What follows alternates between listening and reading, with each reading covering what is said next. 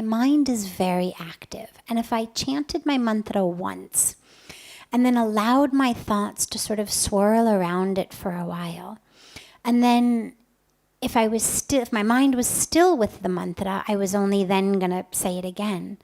I would never get a second mantra in, because the minute that my thoughts started swirling around the mantra, they would be like one of those, those like spinners, the tops, right? So you spin it here and it starts spinning here, and then before you know it, it's spinning all over the room and, gone back into the corner, and you've got to bring it all the way back. And so my thoughts tend to do that. They could begin by spinning around my mantra over here. But if I let them go, well, they would just spin themselves into a frenzy. So I would never get back to a second recitation of my mantra unless I happened to be already. If I were sitting in the middle of Ganga Arati, I could probably maintain it. There are special moments, times, places, experiences, occasions where, even without effort, the mind is still. But those are much more, I have found, the exception than the rule. And I would hesitate to give myself a practice that required me to be sitting in Ganga Arati, or sitting in a very deep meditation, or sitting someplace that touched me very, very deeply. Because I think the rest of the time my mind would just wander around. So the practice that I've been given, I'll tell you that, and then I'll tell you how I've adapted it slightly. The practice that I was given was simply to chant the mantra a certain number of times on a mala. So if you're going to do, say, 11 rounds of your mala, so you would chant the mantra with each bead, and you would turn the bead of the mala, and you'd get to the end, and you'd spin it around, and you would do that until you had done 11 malas, or 18 malas, or 3 malas, or however many malas you had decided to do. And if the mind wanders, you just bring it back. But the goal is always stay with the mantra. In fact, the teachings that I have heard include that not only should you chant your mantra, but you should actually see your mantra, you should hear your mantra, you should taste your mantra. Literally, I had somebody actually ask once, well, what exactly does it, how do you taste your mantra? And I think what the teaching is just that all of your senses are so one with the mantra, that they're so centered and focused on the mantra, that the mantra is all that is happening in your being. And so the eyes, what do the eyes do? They see. So the eyes are seeing the mantra. And the ears, what do? They hear. So they're hearing the mantra. And the tongue, what does it do? It tastes. So it's tasting the mantra. That it should be that all consuming, you could say. Now, the way that I've slightly adapted that, just because I tend to be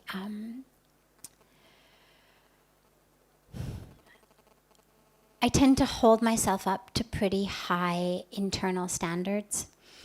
And I do have a mind that wanders.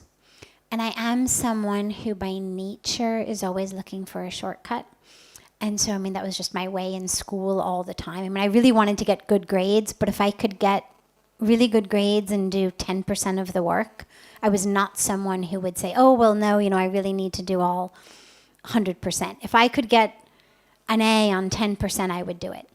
So what I find when I chant my mantra is that occasionally, by God's grace, not nearly as frequently as it used to happen, but nonetheless, occasionally, my mind wanders. And I'll be spinning beads with my fingers, but my mind is not on my mantra. My mind is somewhere else entirely. And I refuse to give myself credit for any beads that I've done when my mind isn't there. And so I'm actually the only person I know who goes backwards on a mala sometimes, because the minute that I discover that my mind has wandered, I try to take as good a call I can as how many beads my mind has been off of the mantra for. And so if it was 4, I'll make it 5.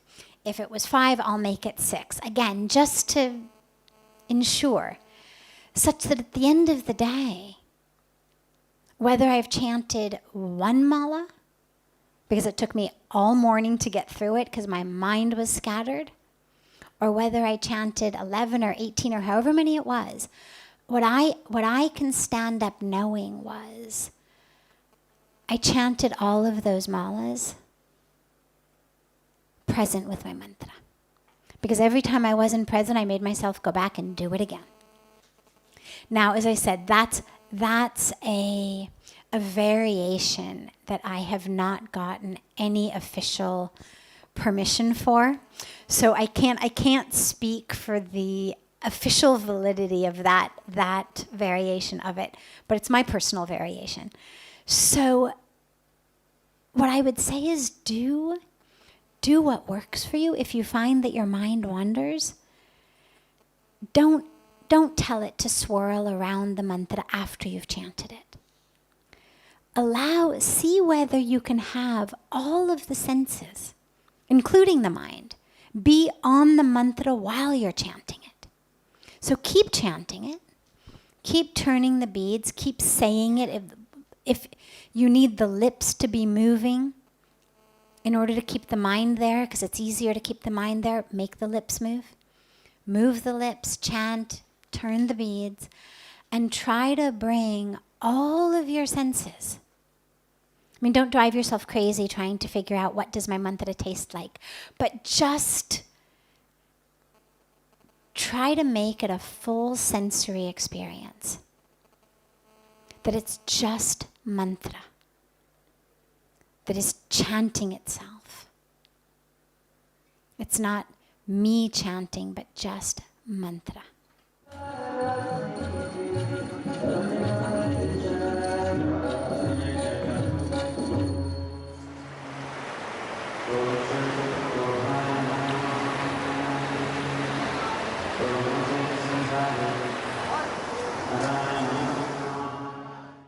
How to make, he said the point of doing a mantra is to unite with God. The point of all of our spiritual practice is to unite with God. The word yoga literally means union. Union with what? Union with the divine. So all of that which we do, the ultimate goal is union with God. My mantra serves me well. And then the second part of his question, so he said, the point of the mantra is to unite with God. How can I turn this wandering, wavering mind into a prayer? So it was a very beautiful question. The chanting of the mantra, though, which is the solution to the wandering, wavering mind, because it's very hard to be focused on a prayer when the mind is in 100 places. You know, think about you're sitting in front of your beloved. Okay? And you say, God, I love you. But if your mind is on the work that you've got left, or your mind is on, the casserole in the oven even, or wherever your mind may be, the beloved, you feel it. You understand this person is not quite with me.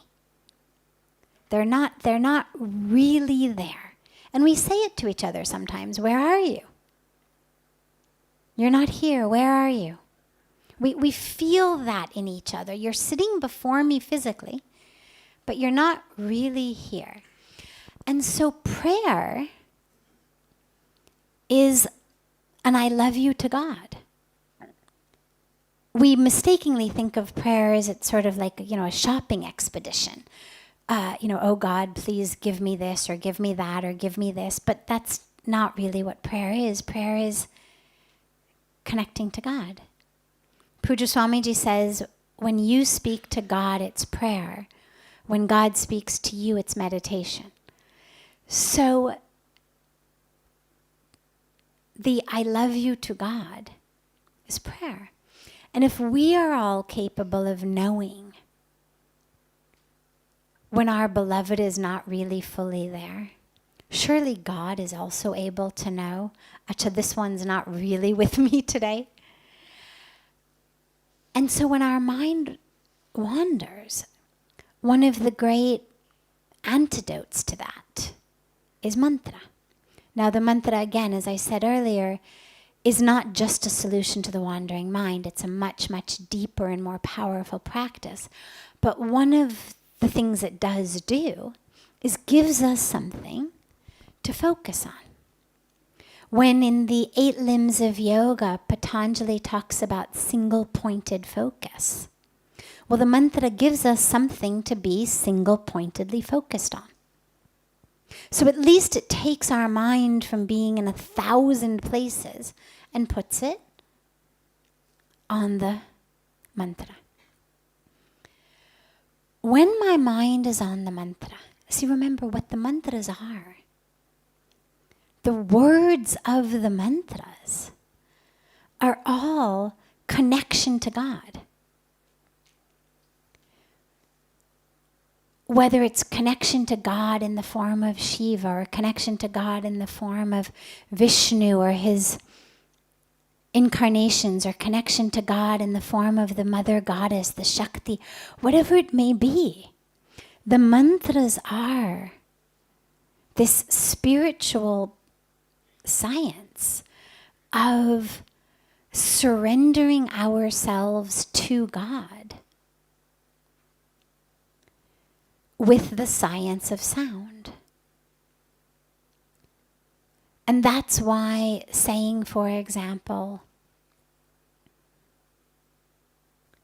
I love you, Shiva, on the inside might work very nicely. My heart doesn't need it to be in Sanskrit. My heart is good. I love you, Shiva. I love you, Krishna. No problem whatsoever. Say it in any language. It'll work in terms of connecting to God. And yet, Om Namah Shivaya. Om Namo Bhagavate Vasudevaya. The mantras that were given for the different incarnations are not just the Sanskrit translation of, I love you, Shiva, I love you, Krishna. It's the sacred science of sound.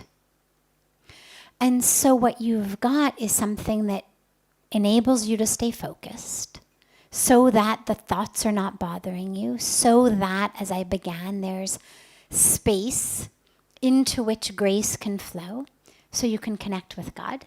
So space for that union. And the sacred science of the sound itself carries you across that ocean to that connection.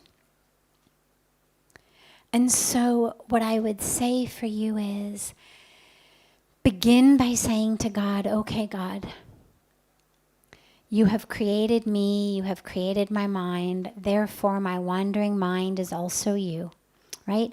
We offer it all, everything to God. The prayer that we chant down on the banks of Ganga every evening, just before the Purnahuti, as Puja Swamiji comes down, is a prayer that says, oh God, whatever I do with my speech, with my hands, with my work, with my body, whatever I do with my mind,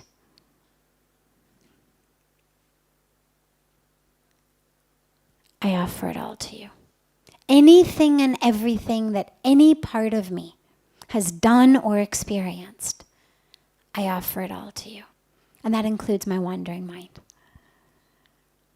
And so, literally, offer it. Okay, God, here it is. This is also you. Everything is divine, everything is God, everything is holy. So this is also you. So you offer the mind as that prayer. And then chant the mantra as a way to hear God's response in meditation. And to enable you to offer the prayer in a way that feels more connected, not as wandering.